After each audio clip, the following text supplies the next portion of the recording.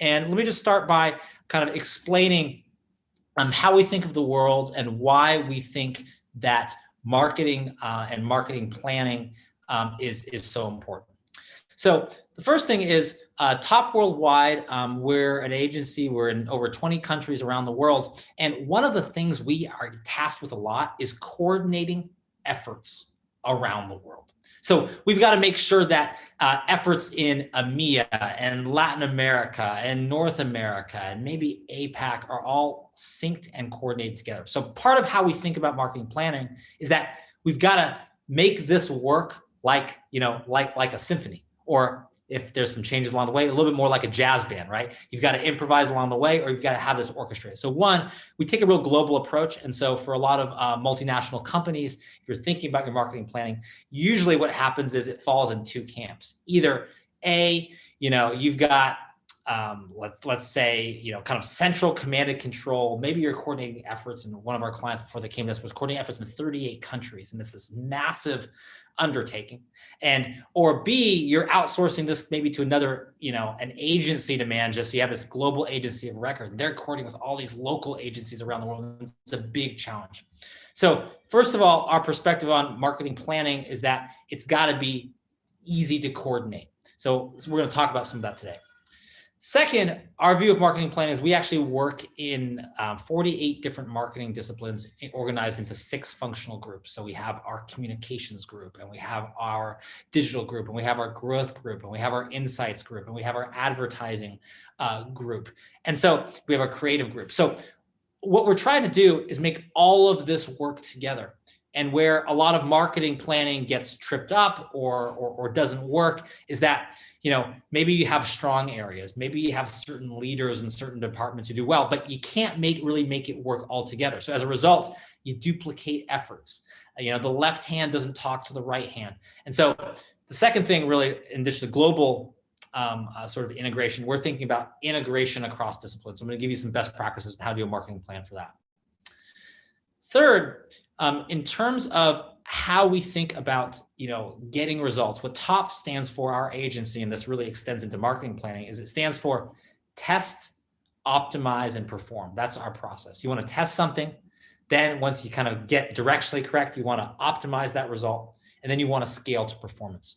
So I think the other part about marketing planning, and particularly anyone that does annual planning, is that they tend to be these monolithic reports, right? Really, we have to plan the entire next year. We don't do this every day, so let's make it count. But the issue with that is you sacrifice a lot of nimbleness, agility. Oh, there's a great insight. Oh, something changed, like a pandemic, right? That hit us in sort of the transition from Q1 to Q2 last year. How do we adapt? How do we change? So a lot of times we're brought in to sort of change, alter, adjust marketing plans as well. So that's just a little bit of background about us, and we'll jump into the main content. But I just want to kind of understand that, like, what our approach to marketing planning is. One, we want to be, global, and that can be global in the sense of the world, or global in the sense of, like different markets in your country. 2, we want to be integrated, and 3, we've got to be really agile and nimble. So with that being said, I want to show you what, kind of the first rule, and I want to show you with an example. So I'm going to put this on my screen that is kind of pulled from a client example of a marketing plan. And I want to show you what that looks like and kind of set up the first rule. And the first rule is, no matter how brilliant your marketing plan is, if it's not simple and it can be communicated simply, it is not executable. Even if it's strategic, rich in data, an amazing, kind of orchestration of marketing acumen. If it's not simple, it's not executable. And let me give you an example, and let me show you what a page from marketing plan looks. I'm going to share my screen, message in the chat for some reason you can't see this, but all of you should be able to see this here. And so this is like what a 2021 marketing plan on the page looks like for one of our top cyber, and top cyber is one of the 12 agencies within top, our sort of master agency, for a client. And so the issue is that there's a lot of moving parts in marketing. If you have a company that's a medium or large size company, there's a lot of teams, there's a lot of stakeholders. And the issue is that no matter if it's a great plan, if you can't coordinate all those pieces well, if people can't align, if you can't understand what we're all doing and what is our main objective, then no matter how great the plan is, it's not executable. So this is an example that we do for a lot of clients called a marketing plan on a page. We call it internally our spider schematic. What this is trying to do is we will have big marketing plans, big slide decks, big reports. There's lots of material, but can we boil down the entire plan to something that could be represented on a page that someone could like put up, in a meeting, that you could print out and tape, in your home office. Now we're all working from home or in your cubicle, and clearly and accurately represent what we're all doing. Because what happens is you go through these marketing planning sessions. We've done a lot of them for a lot of Fortune 500 companies, and you're all aligned in the meeting. And then you go implement and no one remembers what we decided. There's like, was this version 4 of the marketing plan or was this version 1? Was it, what did we decide on? Where did we align? So you've got to have simplicity. So this is just an example of kind of the first rule of essentially what you're looking at here is a marketing plan where there is 2 halves of this plan. There's sort of the content plan, which is the upper half. And then there's the commercialization plan, which is the lower half. So right there, this is organized so you can sort of see, oh, what are we doing in terms of content at the top? What are we doing in terms of commercialization at the bottom?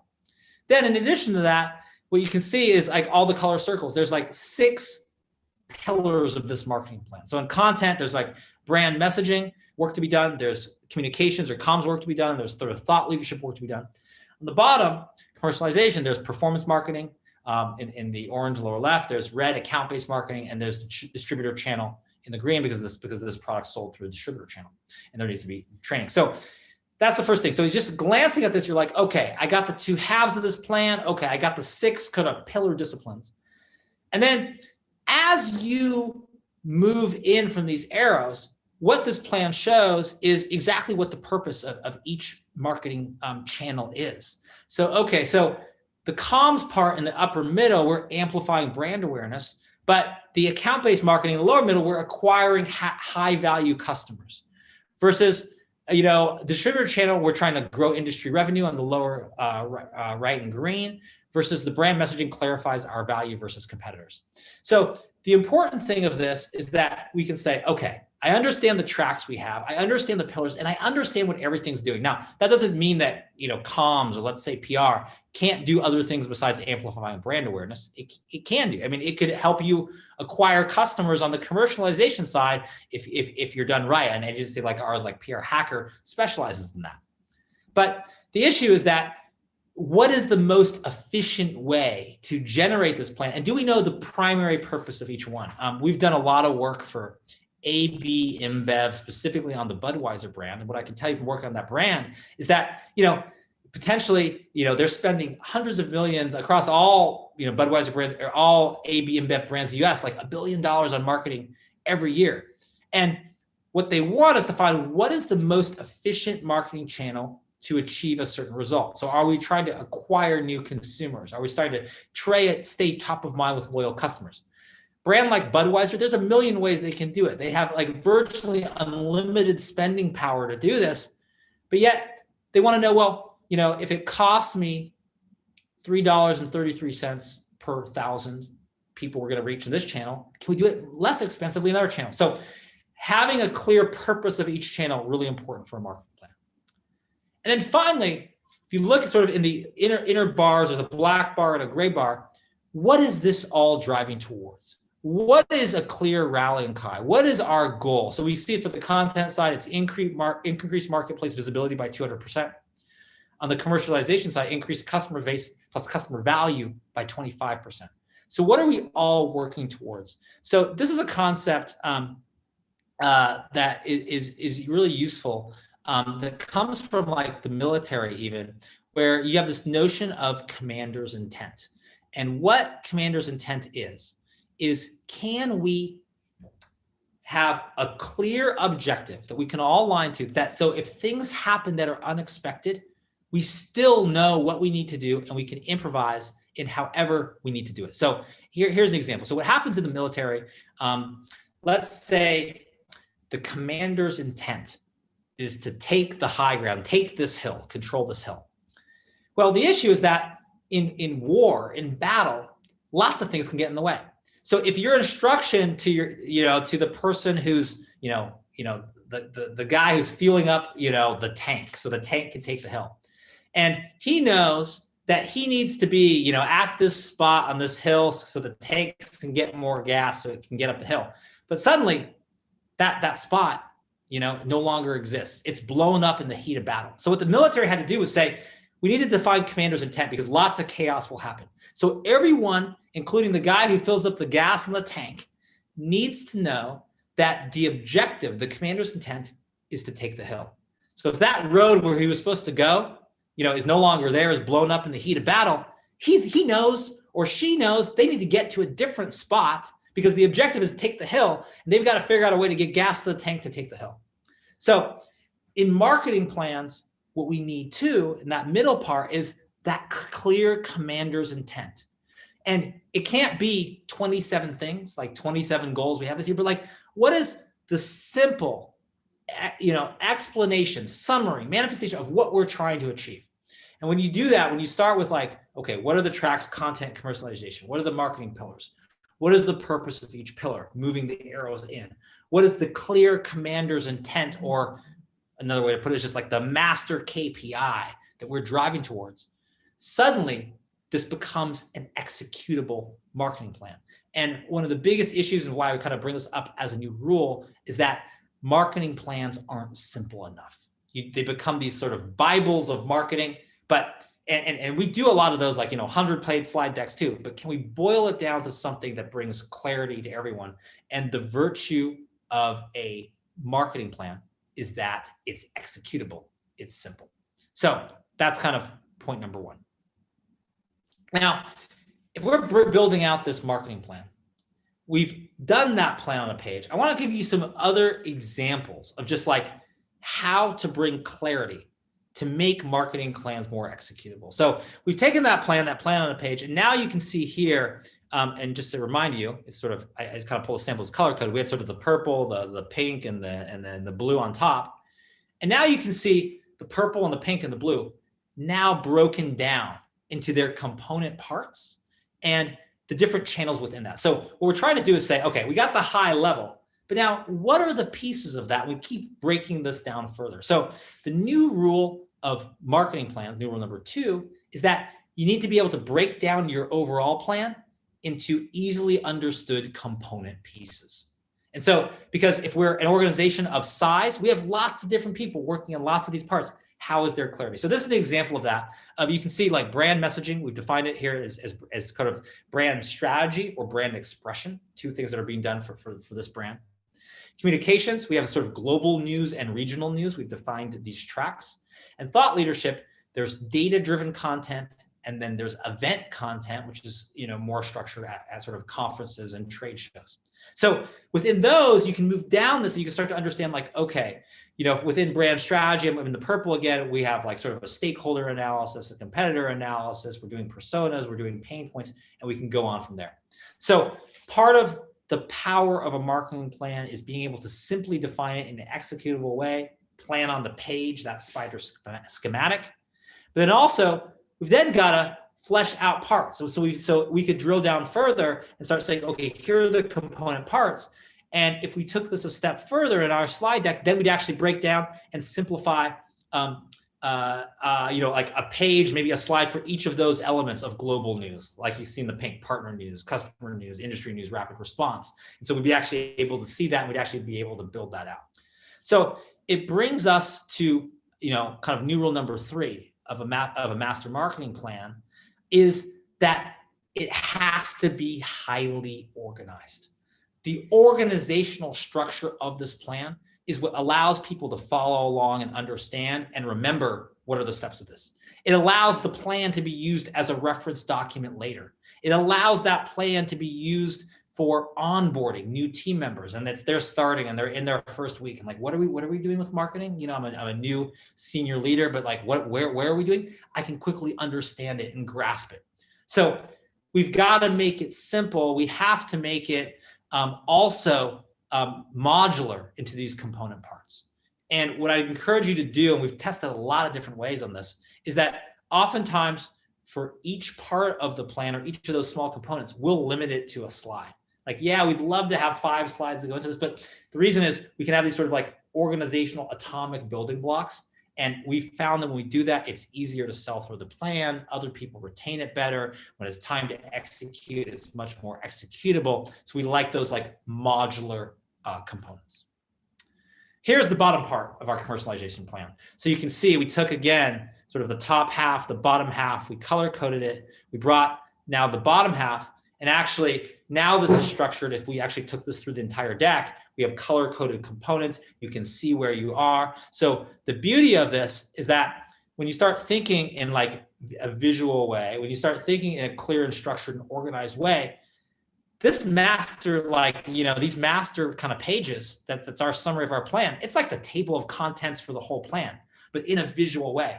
You can easily understand that, like, okay, I want to understand what we're doing for incentives for distributors who are helping sell this through the core reseller channel.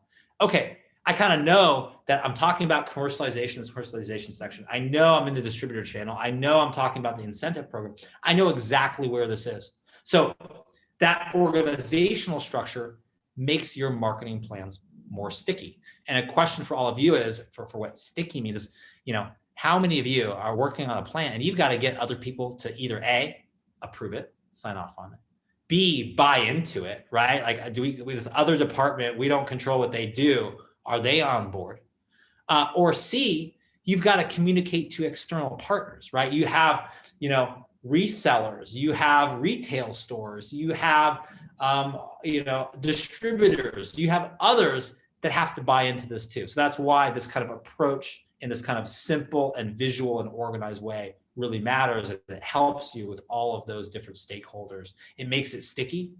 And one of the goals we say for a marketing plan is that someone who receives that plan, right, who hears the presentation, if it's done well, they should be able to present it to someone else, maybe someone else that you need to come on board and be a key stakeholder in this, almost as well as you can do it yourself. Meaning they hear it one time, it's structured, it's simple, it's organized in such a way they could go to their boss or another department or team and say, hey, I just saw this presentation.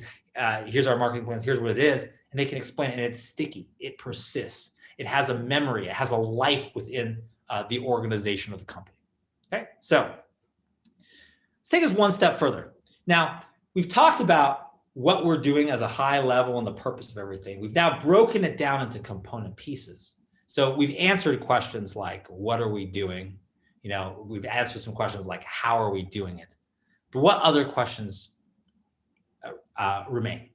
Well, let's help our marketing plan. Let's give it a firm schedule. Let's answer the when. So here is an example of taking some of those things and sort of saying, when are these things going to happen? When are we going to activate? How does the communications team or the branding team or the agency who works on performance marketing or the kind of retail channel, like the channel distribution team, how do they know when these things are happening, when we should be focused? So we've got to also then take it one step further, is we've got to represent this marketing plan on a schedule, on a page. So we will often break down and have detailed, Gantt charts or detailed production schedules, or sometimes those are defined in statements of work, or sometimes those are defined, in like, master, really kind of detailed things. But what we're trying to do here is also say, can I see and can I understand when these things are happening, what's being coordinated, how this is being integrated, how we bring these elements together, and people need this too. So we've done a ton in right now 4 slides. We said, what's our overall approach? What's the reasoning? What are is the core KPIs, key performance indicators we're drawing towards?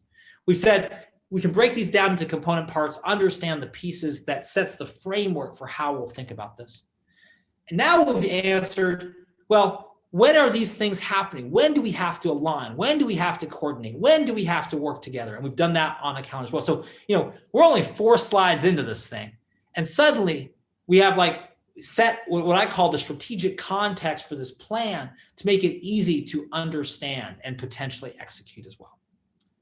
So what else is missing? Well, new rule number 4 for master marketing plan is you've got to plan the metrics in advance. You have to plan the metrics in advance. So that plan is only as good, and what allows it to be more agile and more nimble and adjust as you go is key metrics and a coordinated set of metrics. So that's one part of this plan I actually can't show you because it's kind of particular to this particular client. But what I wanted to kind of illustrate is that whether we're talking, you can see 6 different marketing channels here: brand messaging, communications, thought leadership content, performance marketing, account-based marketing, distributor channel marketing. I'm just reading down the rows on the left-hand side. All of those need metrics and a common language that we can also put on a page and understand, well, what are the key performance indicators? What are the benchmarks we've seen? What is a measure of how we're underperforming, performing, or overperforming? And we need those metrics as well. So from the master plan to the components to the timeline to integrated metrics. And what I'd love to see is metrics where we can make different marketing channels work together on a similar core set of metrics. So for instance, for Budweiser, I use an example, or we do a lot of work for a number of sort of B2B enterprise software companies. So two sides of the spectrum. What we will try to do is create coordinated metrics so that, the advertising division doesn't have, they're talking about, let's say if it's digital video, they're talking about views. And the PR side is talking about, impressions, which are another form of just who experiences that message or that content. Well, how can we integrate and not have desperate ways of tracking metrics, but a common set of core metrics that allows us to compare performance in the same way? One thing that we've really found is that behavior and moving organizations and changing organizations is defined by metrics. Why is that? Well, the fastest way to get a team to do something or to get someone to do something is just tell them how they'll be measured. And if they know they're going to be measured in this way, and they're someone who cares about how they'll be measured because they want, to do well in their job, and they want, a performance bonus, and they want all these other things. Well, if you set the metrics the right way, people will naturally navigate towards those metrics. So one of your next challenges is, can we take this simple plan and can we structure metrics that for each of the channels, but that all actually work together, and we want to have our metrics on the page. How is our plan doing overall? And besides those overall annual metrics, another new rule is set up smaller metrics along the way that allow you to course correct, pivot. One of the big complaints when people come to our agency from their existing agency, particularly if it's not like sort of a growth-oriented agency, is, they're too slow in making adjustments. Yeah, we're doing our quarterly buy. Yeah, we're only updating our buys, our ad buys, every month. So what that means, if I hear someone's updating this every month, it means you're like basically unoptimized for at least 3 weeks out of that month. Basically 3 weeks you're just spending with no real intent to test, optimize, and perform. So what you've got to look at, what you've got to do is say, well, how can we create this core set of common metrics, and then how can we break them up into little pieces that allow us to course correct along the way? And so the beauty of a great annual marketing plan is it gives that clear North Star, what we're doing, exactly what we're doing throughout the year. But the really great ones allow us to course correct and acknowledge that we're not going to have this perfect out of the gate. Circumstances will change, competitor conditions will change, market conditions will change. So we win by being more nimble and more agile. So we've got to measure more frequently so that we can make adjustments. So I want to pause there and see if there's any other questions I can answer. Put them in the Q&A chat. I want to kind of sort of move on to some practical things about how to structure annual plan. But if you have some questions on any of that, would love to hear them. At this point, I think I've probably worked on, I don't know, at least a couple hundred marketing plans of basically every industry and every type. So hope it'll be helpful. Would love to answer your questions. But I want to kind of like move towards other kind of like final like key thoughts of the day. And then I'm happy to, answer your questions via email. My email address is just ben.kaplan, ben.kaplan @topagency.com. So send over your questions, happy to answer them, and happy to, if you're trying to figure out how do you represent your marketing plan. So a few more kind of practical points about how to do this. New rule, every important stakeholder has to have a voice in the plan. So the issue with a lot of these marketing plans is that they get developed, by a team over here, and then other people have to have input in this. And we've just seen so many times when you actually, have a great plan, but you don't get enough input, and then one sort of blocker person or team can like ruin the whole plan. So you've got to find a way early on to engage all your key stakeholders and at least have them feel like they have a voice in the plan. Another new rule is that you've got to be willing to project more than just the current year. So have you thought through, what happens in year 2 if this is successful? What if it's not successful? What happens there? What happens year 3? We go by we work on what we call the rule of 3, which is that to make any meaningful change, it usually takes 3 instances of that to really define it, to move metrics for a company. So can you then take this plan, you have this simplicity and it's organized, its components, and actually project out what it would be? And some of the best plans can simply do that. So that's another new rule. One more new rule. Can your marketing plan stand up and be compared to the competitor landscape? So can you have your marketing plan not only as an aligning mechanism for yourself, but can you have it be adaptable and adjustable to what other competitors do? Can you analyze and detect what they're doing? As they take action A, do you have plans B, C, or D in place? So many more plans, more simple way to put it is that have contingency plans built in. So it's not just, this is what we're going to do, but if these other factors happen, can we take these additional actions? Okay. Just kind of scanning here for any additional questions. And so put them there, and I should actually go to the other window here where I can see them. And one question, from Bob, involves, well, how do you, if you have this master plan that is, every year is incredibly complex, and I've just said simplify, how do you go from, your complex sort of detail, you want to be detailed, but complex, convoluted plan to something that's like a little bit more manageable and simple? And I think one of the great ways to do that, or sort of gradually, great question, by the way, shift your organization, is to start thinking about not how you redo everything that's been done in prior years, but how do you start crystallizing sections of that plan into a more plan on a page visual way? So you don't have to like throw out all the other stuff and say, we got these complex plans and they're hard to understand. But how do you start taking sections and start like almost like that last slide in a section, start summarizing it in a simple way? And really, in any kind of marketing plan, your most memorable sections are either that first slide or that ending slide at the end. And if you can kind of focus on there, even on a plan, and you can start to influence and change what people remember by focusing on those first and ending slides. So let me stop right there. I think, I'm happy to answer any additional questions. Marketing planning is something that's sort of near and dear to my heart, because I actually think if you plan really, really well, if you make sure the ladder is up against the right wall from the beginning, if everyone knows what wall, this is the wall over here, like that the ladder is up against, it's so much easier to climb. It's so much easier to make a difference. And so that's why I think marketing planning is hugely important. Hope this session has been helpful to give you a little bit of idea about how to think about your marketing plan. Email me at ben.kaplan@topagency.com with any specific questions, or if you'd like our help working on a plan or one element of a plan.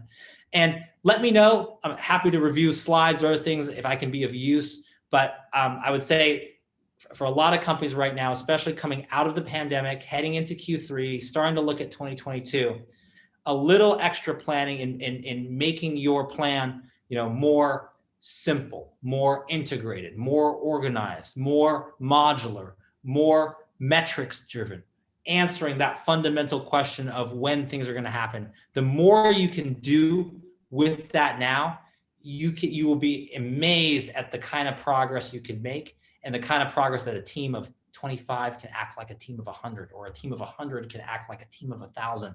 I've seen that happen when you have that clear, aligned direction, that clear commander's intent, a simple plan that is executable. You can move mountains, or at least take that high ground.